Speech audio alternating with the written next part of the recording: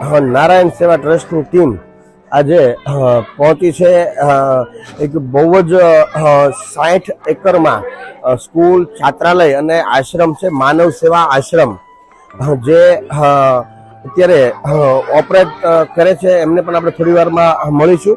અને અહીંયા પણ તમે જુઓ છો, અહીંયા ઓછામાં ઓછું પેલી સાઈડ પણ વિતરણ ચાલુ છે. ત્યાં પણ દીકરીઓને ડ્રેસ અને કપડાં આપવામાં આવી રહ્યા છે. અને ત્યાંથી અત્યારે આ સાઈડમાં અત્યારે અહીંયા પણ આ બધી નાની ભૂલકાઓ છે, એને પણ બધું આપવામાં આવી રહ્યું છે. અને અત્યારે સ્વયંસેવકો બધા બતાવતા જાય છે. અને છોકરાઓ ખુશ છે અત્યારે, કેમ કે અત્યારે અહીંયા ઓછામાં ઓછા 400 થી 450 છોકરાઓ છે અને દીકરીઓ અંદાજિત 350 આસપાસ દીકરીઓ છે.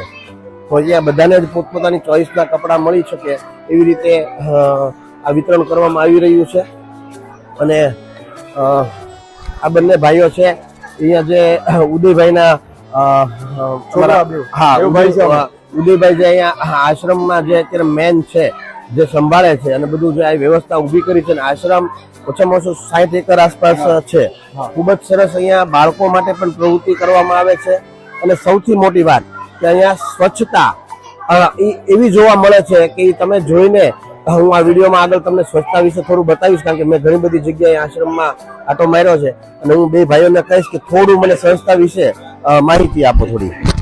અમારી આ સંસ્થા છે, પહેલા ધોરણથી MA માસ્ટર ડિગ્રી સુધીનું કેમ્પસ છે અમારું 60 એકરમાં. મારા પૂજ્ય દાદા બલ્લુ કાકાએ આ સંસ્થાની સ્થાપના 1977માં કરી હતી.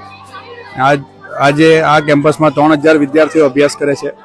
પહેલા ધોરણથી 12મા ધોરણ સુધીનું આશ્રમ શાળા છે. ત્યાર પછી 9માથી કોલેજની વ્યવસ્થા છે. 1 થી 12 ધોરણ સુધીની ઇંગ્લિશ મીડિયમ છે, જેનું 4000 રૂપિયા વાર્ષિક ફી છે. અમારી એકદમ ઓછા ભાવે અમે ઓછા દરની ફીથી ઇંગ્લિશ મીડિયમ ચલાવીએ છીએ, જેથી નાનામાં નાના માણસો પણ ઇંગ્લિશ મીડિયમનો પણ લાભ લઈ શકે. અહીં અમારી સંસ્થામાંથી કેટલાઓ મોટા અધિકારીઓ સચિવાલયમાં, પોલીસ ખાતામાં ઘણા બધા નોકરી કરે છે. તેઓ પણ વારંવાર અમારી સંસ્થાની મુલાકાત લે છે. એકદમ કુદરતી વાતાવરણમાં છોકરાઓને શિક્ષણની સાથે ઘરનું પણ, સંસ્કારોનું પણ સિંચન અહીં કરવામાં આવે છે. બહેનોને રસોઈ બનાવતા શીખવામાં આવે છે. ભાઈઓને ખેતી કામ કરતા પણ શીખવવામાં આવે છે. આ રીતની વિવિધ પ્રવૃત્તિઓ સાથે સંકળાયેલી છે અમારી સંસ્થા. થેન્ક યુ સો મચ ભાઈએ આપને ઘણું બધું અત્યારે જણાવ્યું સંસ્થા વિશે. અને આ સંસ્થાની અવશ્ય એકવાર મુલાકાત લેવી જોઈએ, કારણ કે આ આખો આજુબાજુનો જે વિસ્તાર છે, આમ જુઓ તો બધો જંગલ વિસ્તાર જ છે. અને અહીંયા જે છોકરાઓ છે એ મેક્સિમમ આદિવાસીના છોકરાઓ હોય છે. અને 100% આદિવાસીના છોકરાઓ છે. પણ અહીંયા એનું બહુ જ સારી રીતે ઘડતર કરવામાં આવે છે. અને મને અત્યારે હમણાં હું ઉદયભાઈને મળ્યો હતો, જ્યારે જે મારા નામેરી જ છે, ઉદયભાઈ મને જણાવ્યું છે કે એમને કપડાં ધોવાથી માંડીને પોતાનું કામ પણ કેમ કરવું ને એ પણ શીખવાડવામાં આવે છે.